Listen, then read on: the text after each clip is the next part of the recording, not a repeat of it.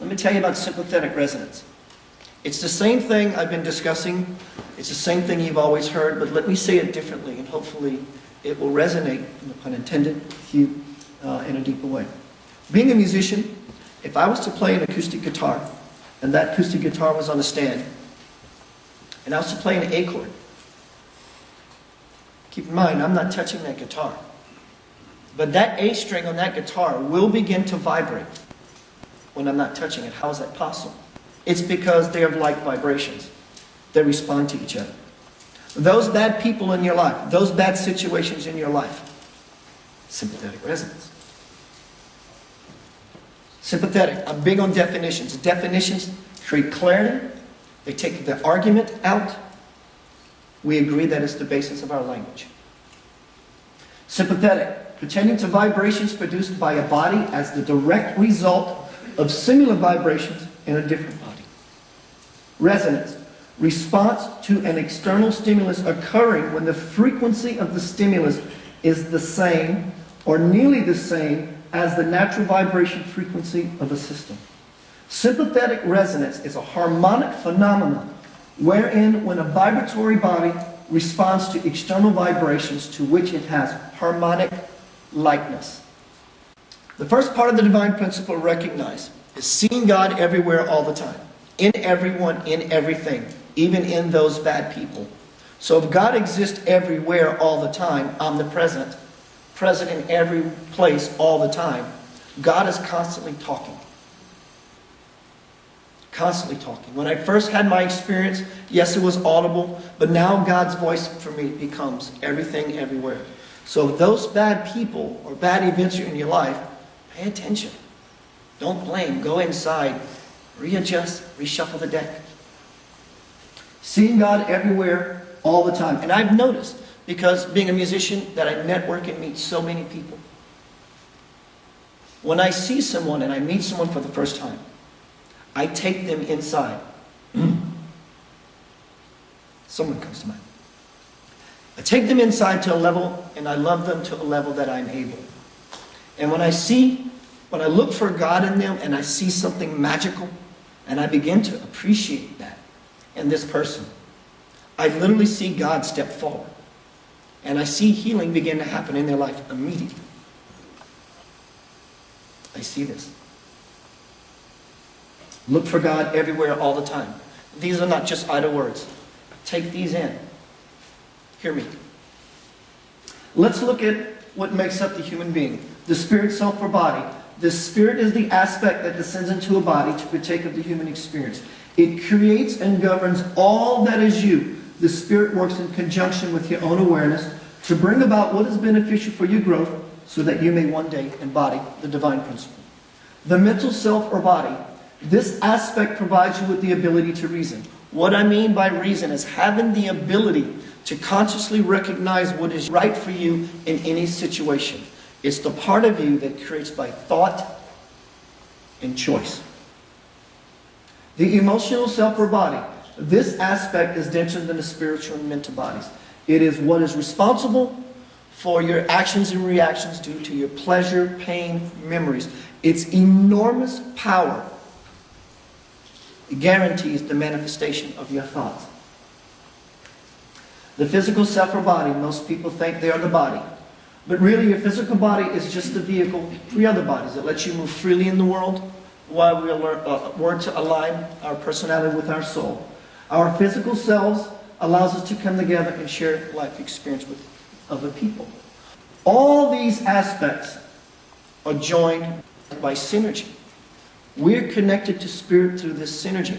If you was to walk out into a 98-degree sun, the temperature of that day is 98 degrees. You would say it's a pretty hot day. Well, we're 98.6 degrees, so we're radiating this bioenergetic field. And everything you think, everything you feel, everything you do happens in your life. I know we all know these principles. Integrate them. Take them in the rabbit hole. Deeper. One of my favorite, Abraham Hicks. Variety causes contemplation.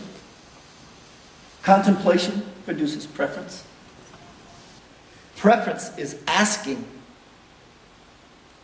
and asking is always answered. If you liken God to a wishing tree, that unconditional loving parent gives you exactly what you want, conscious or not. If you want drama, stay in drama and you'll get it. It's like people believe that there's a lack. If you approach the wishing tree with lack, God will give you an abundance of lack. If that's even possible. What is the problem as to why I can't achieve those things I want to call to me? It's acceptance.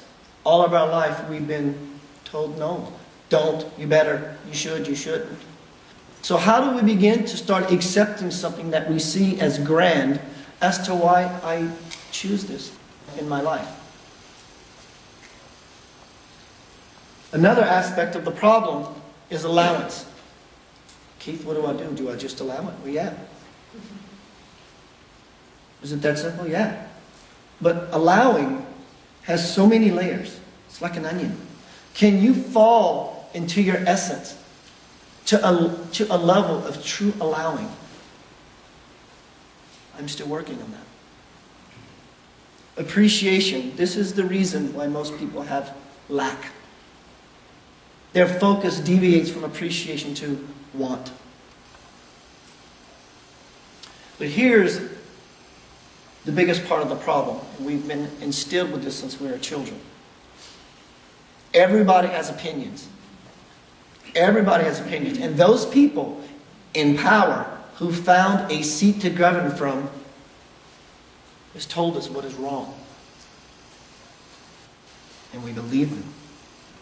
And we start to follow these rules. And spiritual liberation is not about rules. Rules and liberation cannot coexist. It creates structure. And we start following a path. And it carves a groove in our psyche. And there's an engram that doesn't let us vary away from that. And it creates those things that we want. You can never get what you want. It's impossible to get what you want. Because when you want, you are already in lack mode. But yet we want. And then we believe we can't. One, you can't do that. But also, I don't feel I have the power, so I can't do it. One thing, my little boy, Eden Sky, he can say any word he chooses, and I will educate him through it. But I will not tolerate him saying that last word. That's the bad word for him. And all of these variations of the problem creates that. Get away from disempowering people. Change those aspects of your life that when you are involved and engaged with that are disempowering. We need to dissolve all that. When your life becomes difficult, from new spiritual practice, chunk it all away. Go back to basics. A house is built with a very simple frame. And if that frame is not level, the house will fall. The all-knowing tenet. If turning inward unites me with God, higher self, then it makes sense to me that omniscience, peace, is my natural state. The all-powerful tenet. If turning inward unites me with God, then it makes sense to me that omnipotence, love, is my natural state. The all-pervading tenet. If turning inward unites me with God, then it makes sense to me that omnipresence, liberation, is my natural state. We're a little short on time, so let's go through these last couple slides. Realizing God, all who seek divinity must live a life free from wanting, for that is the source and cause of spiritual bondage. As long as one is constantly wanting, one will only fall further away from the selflessness of grace into the selfishness of ego. The mind is the cloth that veils consciousness. Your wants are its threads. But when you give up your constant wanting, the ego threads will fall away and the cloth will disappear, revealing your true nature, the pure, genuine self that is the soul. God realization will happen when you finally free yourself from the brain, the senses, the mind, the wanter. Once you break out of your finite little prison of individuality, you will become conscious, enlightened, one with the cosmic power. Thus, you will reach God.